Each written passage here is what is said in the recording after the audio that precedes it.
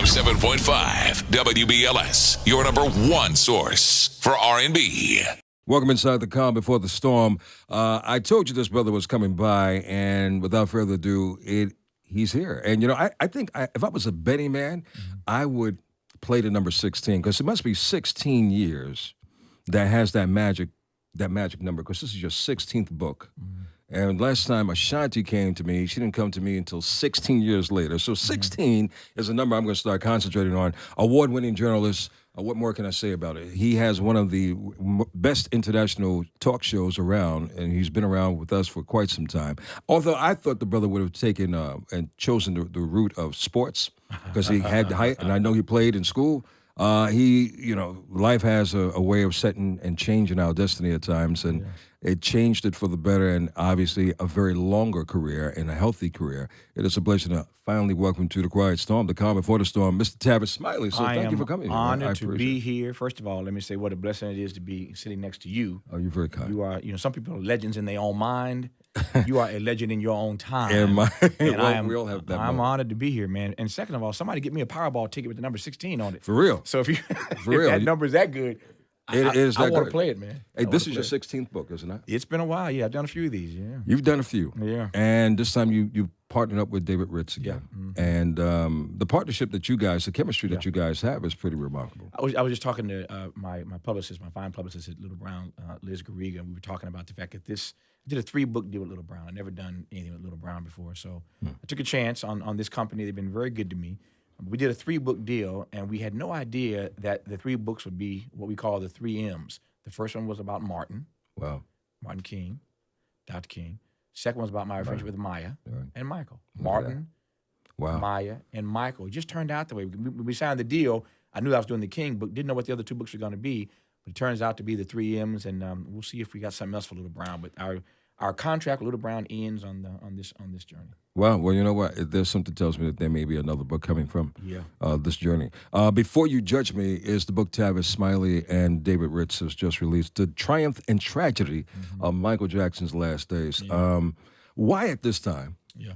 And I know we're coming up this weekend on the anniversary. Sure. And I hate to use the word anniversary, because anniversary is such a happy word as opposed to, when I reference death. To me, I don't look at that as happy. But it is an anniversary of sorts, so you can call it commemoration. There you go. Yeah. But with Michael, I mean, I'm not even put off by the word anniversary, not at all, because it is a celebration of his life and of his artistry and of his artistic genius. So it's a beautiful thing. So I don't mind anniversary. But to your question, though, why now? Because I grew up in Indiana, as you know. Michael, of course, is from Indiana. I grew up a fan of Michael Jackson. And when Michael announced he was coming back one more time and said, "This is it. No more. One more time. This is it." And as you know, he said that during the press conference, but it became the name of the tour. This is it. And so I was so excited about the possibility of going to London to see him. I love Michael. I heard. And I love London. But you couldn't get a ticket. What? No, I got my tickets. I couldn't get one. You're right. I couldn't get a ticket initially. Called his mama. Now hold on. Mama Mama can call a create Negro's anything. mama, and she can hook you up. So I said, I'm not calling Michael's office, because I knew every celebrity in the world was calling Michael. I saw my back door. This thing called Miss Catherine. There you go. I said, "Miss Catherine, how long I known you?" Since you were little, right? How long I loved you? Oh, here you go. How many times have I ever asked you for anything? But I had my tickets. I had my plane tickets, my concert tickets, my plane tickets, and my hotel reservation. I'm ready to go. And ironically, I had flown back to Indiana, Michael's home state, my home state, to give a speech at a national convention. I land, get in the car, my phone's blowing up. Michael Jackson has died in Los Angeles. I have to walk into this crowded convention full of people who have no idea this has happened. And literally before I gave my talk, I had to announce back in both of our home states that Indiana's favorite son, Michael Jackson, has just passed in Los Angeles. And no one was. And the audience they lost it. Yeah. Man. They lost it. Here I am back home in Indiana, as one of their songs say, as you well know. So I made that announcement, and that troubled me. And after some time thinking about it, I got more and more curious about what happened from the moment he announced, "I'm coming back one more time, this is it," to 16 weeks later when he takes his last breath. What happened in that period? Why, for all the effort and energy he was putting forth, did he not make it back on stage, the one place where he belonged, was most comfortable, and was most brilliant? What is that journey like when you say, "I'm going to make a comeback," and you start on the journey and you don't make it back? I want to know what that last 16 weeks was like. And so we reconstructed his life, and that's what the book is. And, you know, you did an excellent job. You and David did an excellent job because not only did you focus on the 16 weeks, but you also gave an overview for those who didn't know the integral part of what happened way before 16 weeks. We're talking about years ago as his life has, you know, started to become even more popular. But it was popular as a child. Oh, no doubt about it. And obviously when he decided to go solo, it was just out of here. Yeah. His name is Tavis Smiley. He's with us tonight inside the Calm Before the Storm. Because I know you're a huge fan, as I am, of the Jacksons and, of course, Michael. Let's go to one of your songs, and we'll come back and talk a little bit more. Doom.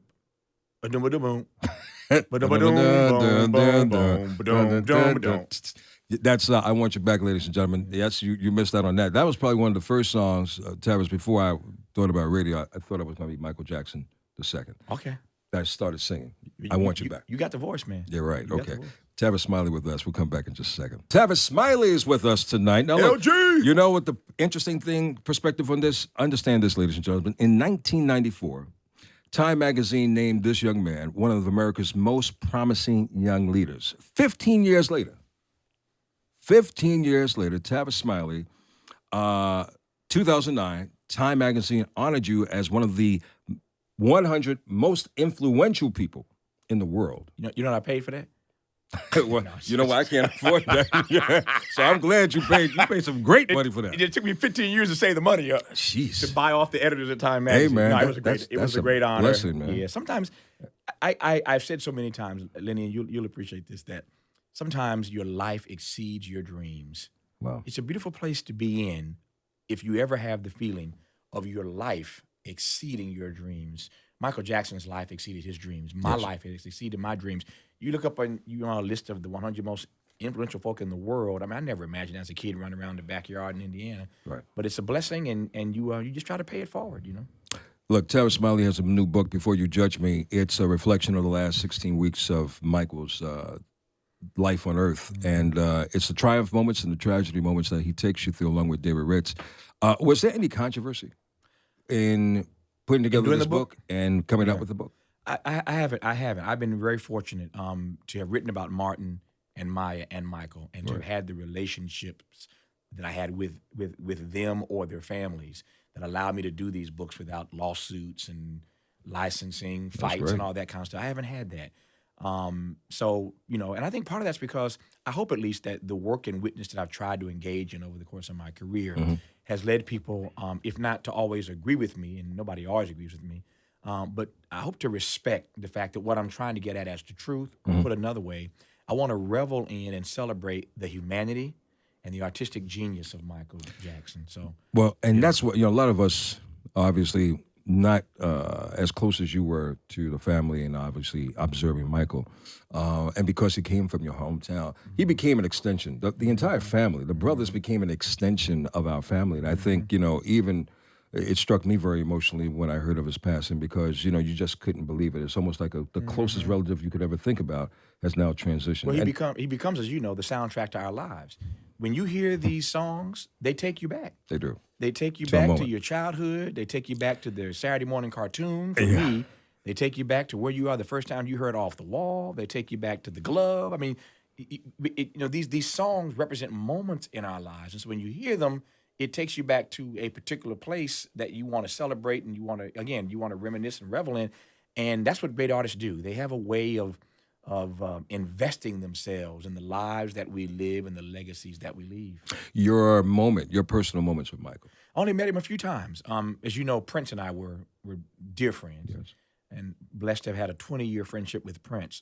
I've thought so many times about how cool it would have been. Now, of course, this could never happen because life just doesn't work that way. Right. But how cool it would have been to be as close to Michael as I was to Prince. And that just doesn't happen for most people. But to have gotten to know either one of them as well as I did, I counted a blessing. So Prince and I were personal friends for 20 years. Michael I met a few times, never had a chance to interview him.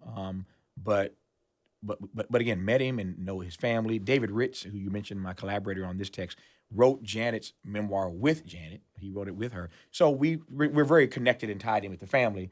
So I feel honored and blessed that that they don't have a problem with me doing it. In chapter 2, which is entitled "Who Will Buy This Wonderful Feeling," you describe Michael as being warm-hearted, sweet, gentle soul, extraordinary sensitive, and extraordinary vulnerable. We all got that sense of how he was in that regard. Do you think that was a part of the demise of how people just manipulated and took advantage of his vulnerability? Cuts both ways. On the one hand, it seems to me that you cannot be a true artist if you're not going to be vulnerable. To love means making yourself, it's the quiet storm, right? To love means making yourself vulnerable. You got to give. You got to give, man. Everything. And I believe that the only way to have it all is that you got to be willing to give it all. And love means, sacrificing. Love means putting yourself out. With not expecting that's the truth. Anything in return. Because if you're expecting something back, that's not love.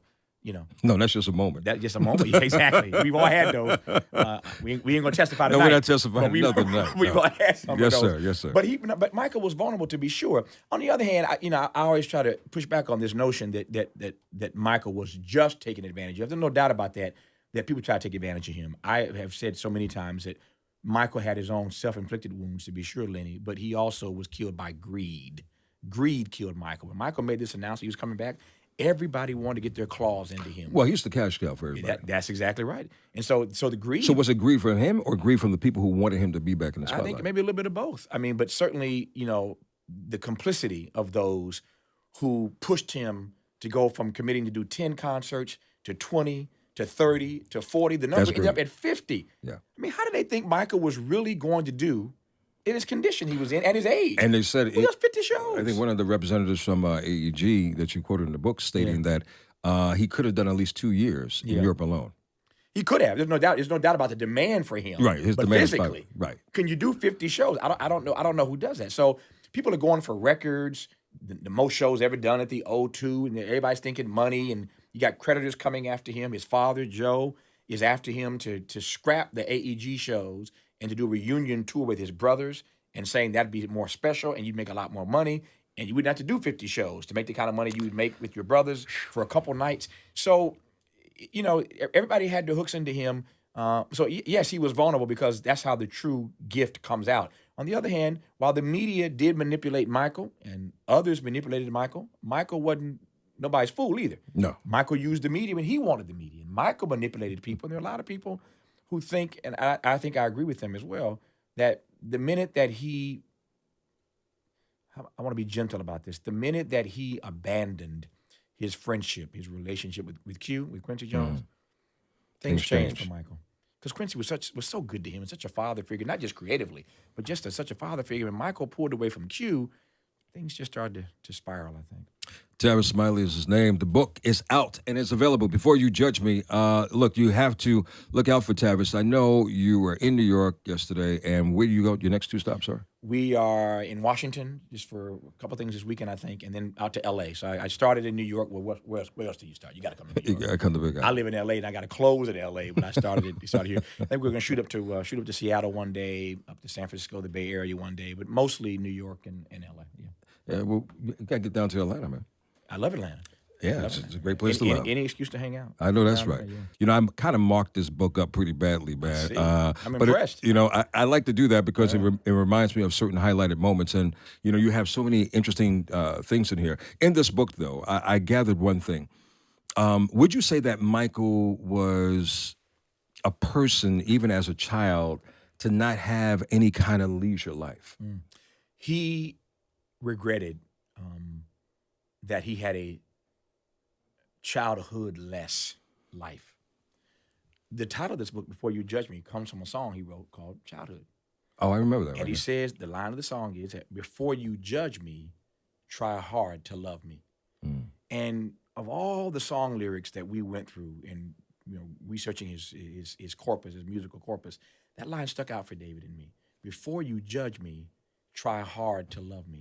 Michael's been judged by everybody, and I've said so many times, Lenny, that sometimes we get so caught up in dissecting or reveling in or celebrating people's iconography, the fact that they have that icon status. We get caught up in iconography, but sometimes we lose out on their humanity.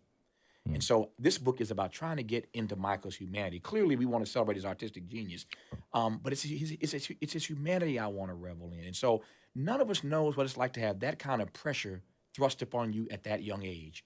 None of us know what it's like to not have a childhood at all because you're constantly working. None of us know what it means to be at that level, to not have a childhood and a father who's driving you for more and more and more record companies that want more hits. That's a lot of pressure to live under, as a kid, as an adult. Yeah, forget about it. Yeah, childhood. Let's be frank about this. We all know adult artists, grown folk, grown and sexy folk, who turn to drugs or other ways to self-medicate, snap sometimes under pressure because the industry just sucks every ounce of blood out of you. Because once you become a star, they just want more, more, more. There's never enough. It's a blood-sucking industry. So that there are adults who can't handle that pressure. Now, apply that to a kid. Yeah. So that, I've given Michael a pass on a number of things because I just don't know what it's like to try to walk in his shoes. So now, but as that child, though, he was with his brothers. Yeah. But obviously, and I understand, because Tita was just on the show the other week. Yeah. It took Michael maybe a year. Like, it was already formed. It was called the Jackson Brothers, I think. And it took a year before Michael even joined the group. But once he joined the group, he had this phenomenal, I guess, presence. And you see when you see the Jacksons now, it's a phenomenal show because it's the brothers. But you understand the importance of Michael's role when he was there. So I can only imagine as a child, and then, of course, as he grown into a man, his presence alone, which isolated him even in the group. Sure. Put the pressure on him. But I thought within the infrastructure of the group, the pressure wouldn't be as, as hard on Michael. Well, I have 7 brothers. I love all of them dearly. And yet, honestly, there are times where we compete. There are times where we take issue with each other. And I'm not traveling the world with them. I'm not stuck with them all day long. I'm not rehearsing with them all day long. But so you're Virgo like me. So having said that, I know how we can be controversial. Yeah, absolutely. We're all opinionated at some times. Absolutely. So I understand that. And I think it was heartbreaking for Michael to make the decision to leave his brothers. Nobody revels in separating yourself from your family. But Michael artistically had to follow his own soul, his own dreams, his own aspirations. And so in that regard, I get it. Look. I said about Dr. King when I wrote the book Death of a King about the last year of his life. The King was a public servant, Lenny, a public servant, not a perfect servant. I see Michael the same way. A different kind of ministry Michael had, but Michael was a public servant, serving all of us, not a perfect servant. Yeah, but you know what? We as people do. Yeah, we look at the iconic figure as perfect. That's right, and that goes from church to politics. That's right. So when the status of a person goes, and I want to talk about that when we come back in terms of superstardom, because you're at that peak right now. I want to make sure that you take care of yourself. I'm hanging out with you. I want to know how it affects a person. It morphs them into something totally different than obviously what they initially innately had. This coming weekend is the anniversary or commemoration of Michael's death. Unfortunately, the world will take a moment out to reflect and think about those moments, those special moments that we've all cherished with Michael. Met all of the Jacksons, except Michael. Don't know how that moment is either, man. Won't know how that is. We do know he was born on the outside, and that was probably another reason. I had something, though, brother. My mom bought me something years ago that you probably didn't have. Maybe you try to emulate an article of clothing that Michael had, but I had the corduroy. I did say corduroy, ladies and gentlemen, so I'm dating myself. A corduroy brown double-breasted jacket. Oh, no, I didn't get one of those. Did you have the Applejack at least? I didn't get one of those either. So you're not a true Jackson fan. No, you're not a true Jackson. You got me beat on that. And you're from Indiana. But see, part of it, it's actually funny you should raise that because I talk about this in the epilogue to the book.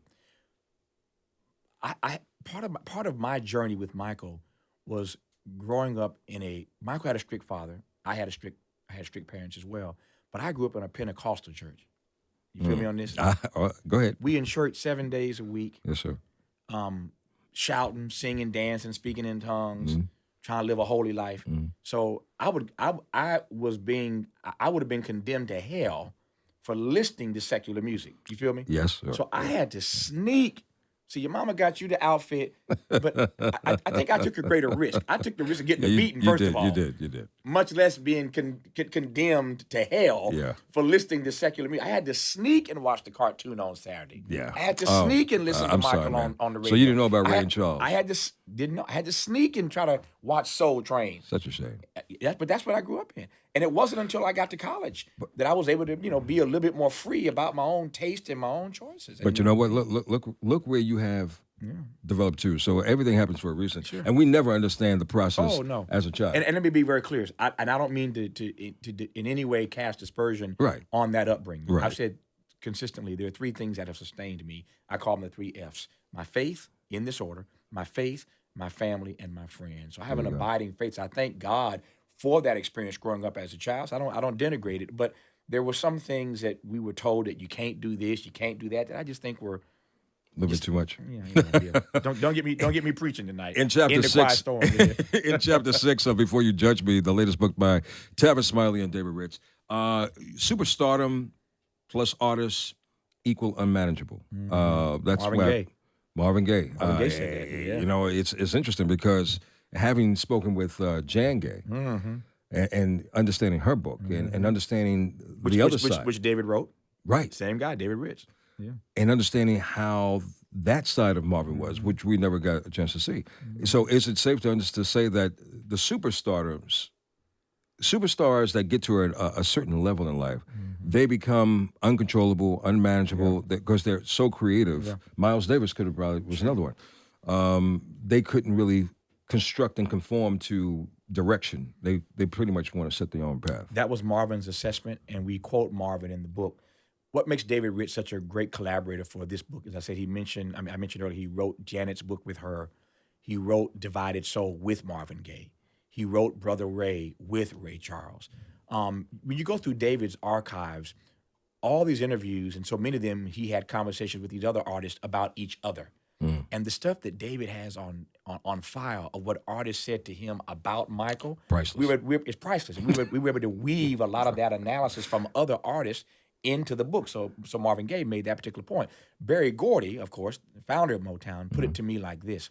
He said, Tavis, what Lenny's laying out is what I would call rudderless. This is Berry's word, rudderless. He said sometimes these artists get to be so unmanageable, so out of control, that they end up being rudderless.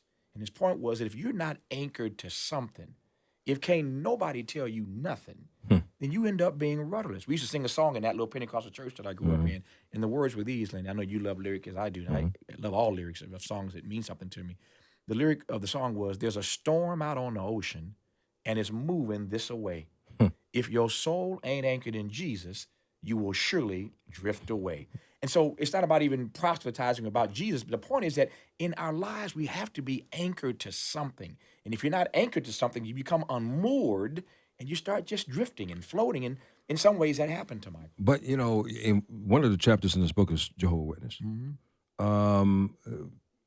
The family were all Jehovah's Witness, to my understanding. The mother, mostly, Right. Yeah. But the children, too. No, Michael, yes, right? Yes, Michael was.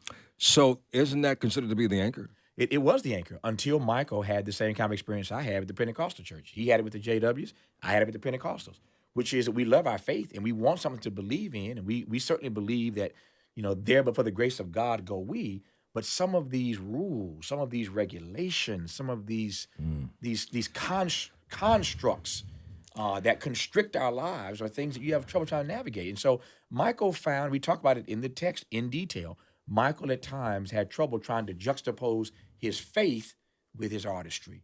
And at some point, he made a decision that the JW situation was not for him any longer.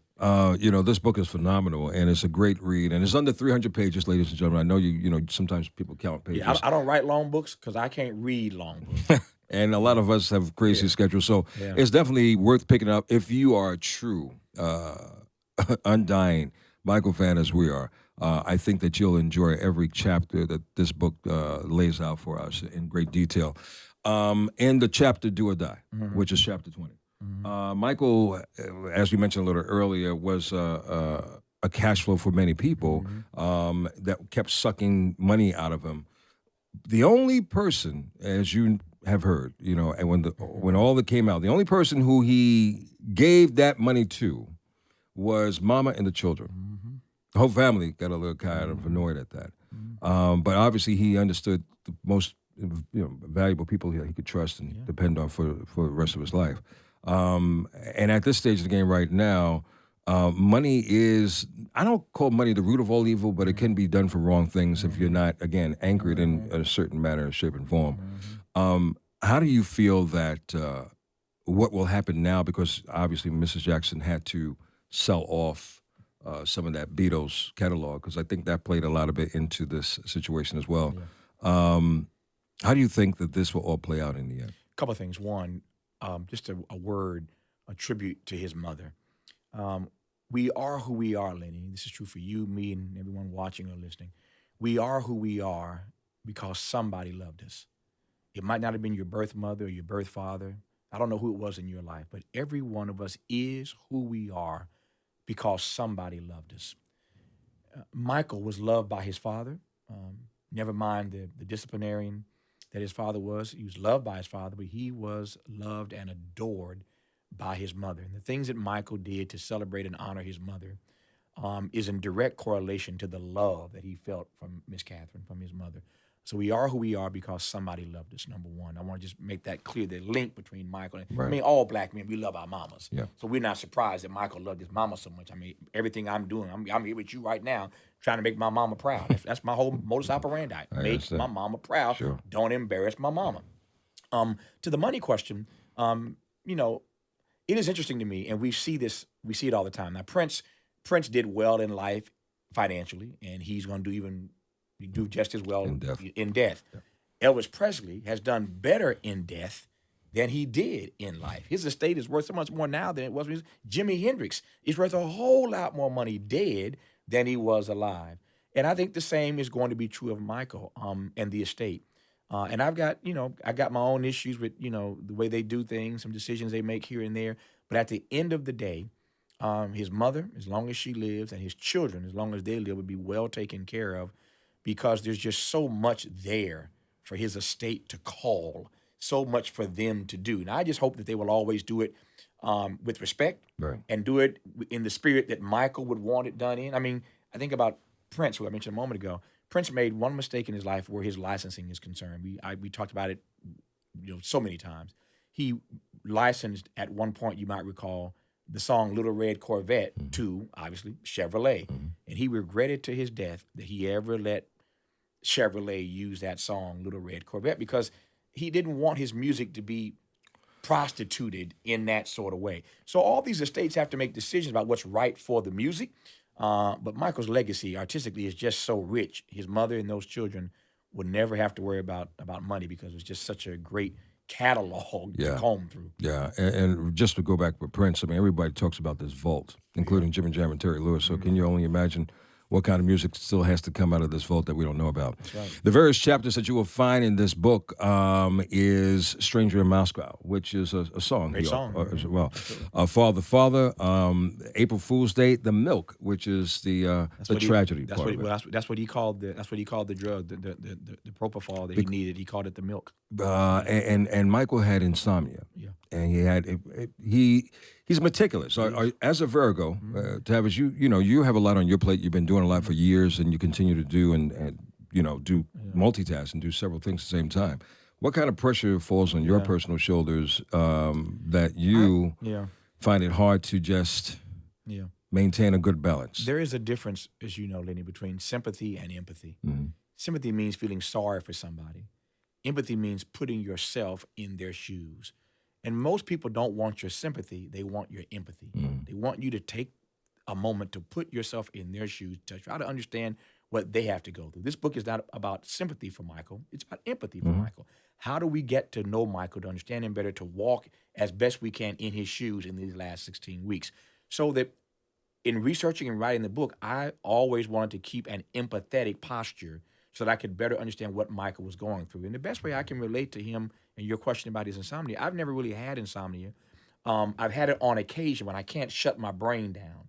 And there have been times, I'm willing to admit, where I got to go to my cabinet and get an Advil PM or two, because I need to sleep. I got to get up in the morning, but I just can't shut my brain down. So I know what that feels like. I just pray to God that I never get to a point where I feel I need some milk, as Michael would call it, to get rest. But I do understand that. But there's a funny story in the book that we tell where Michael once told someone that he was afraid, Lenny, to sleep too long. He was afraid that while he was asleep, God would give all the good ideas to Prince. So he didn't want to stay. He didn't want to stay. He said, so Dr. Murray, put me under, but not for too long. Right. Because I don't want Prince to get all the good ideas while I'm sleeping. But that's the kind of competitive energy and fire that Michael had, always wanted to be working. But you know about that. Oh, yeah. I know about that. Yeah. I mean, we're in competitive fields. That's right. So that's why I say, I mean, I sleep like a rock because I'm backed up on 2 years sleep. So when it's time to sleep, I'm just out. Yeah. But going to sleep, just putting down the pen or putting down the book, whatever I have to do, you just don't want to do it. But when it's time to lay down, I'm done. I'm done. That's true. But one thing you're not. You're far from being done. And this is a phenomenal book. Thank I you. thank you so much for coming by just to talk a little bit about it. Before you judge me, the triumph and tragedy of Michael Jackson's last days. Ladies and gentlemen, I'm telling you, there's so much information that we have heard about on the news, but this gives you a different perspective and a real up-close perspective. Thanks to David Ritz again on this. Lenny Green, I love you. Honored to be on the program. Hopefully it won't be another 16 years before you come and sit down with me. Let's make sure that doesn't happen. Tavis Smiley, ladies and gentlemen. Watch out for him. The Quiet Storm is up next.